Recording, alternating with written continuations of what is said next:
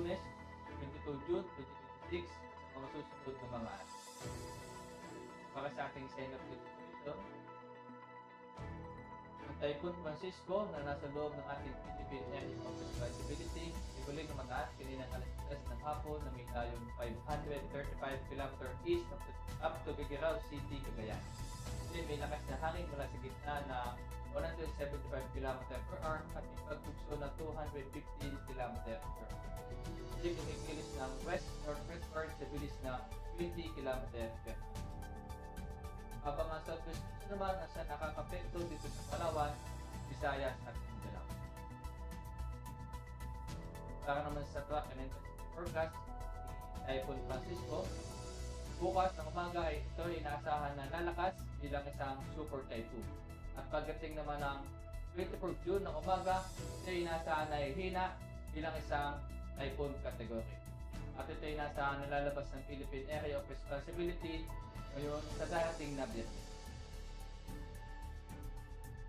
At para naman sa General Area Forecast, Batanes, Babuyan Island ay makakaranas ng range with gusty winds dulot niya ng Typhoon Francisco. Habang sa Bicol Region, Quezon, Aurora, Isabela at Mindan, Cagayan ay makakaranas ng maulap na kalangitan na may kalat-kalat na pagulan, pagkulog at pagkidlat dulot na rin niya ni Typhoon Francisco. Habang sa Visayas, Mindanao at Palawan ay makakaranas ng maulap na kalangitan na may kalat-kalat na pagulan, pagkulog at pagkidlat dulot naman niya ng southwest wind.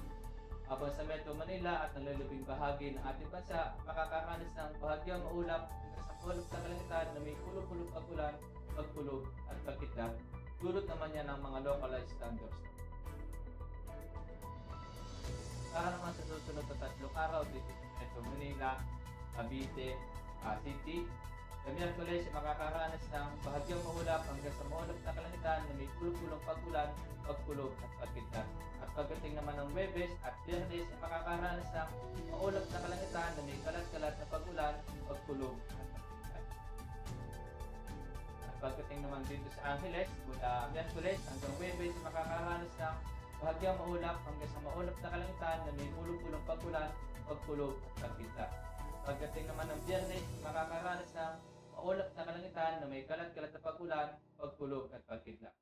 Habang sa Prinsesa at Calayan Island, mula Miyerkules hanggang Biyernes ay makakaranas ng maulap na kalangitan na may kalat-kalat na pagulan, pagkulog at pagkidlat.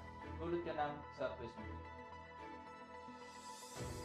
Pagdating naman sa Mactan, Zamboanga ay makakaranas ng maulap na kalangitan, may kalat-kalat na pagulan, pagkulog at pagkidlat pagdating ng Miyerkules. Pagdating naman ng Huwebes at Biyernes ay makakaranas ng bahagyang maulap hanggang sa maulap na kalangitan na may kulog-kulog pagulan, pagkulog at pagkidlat.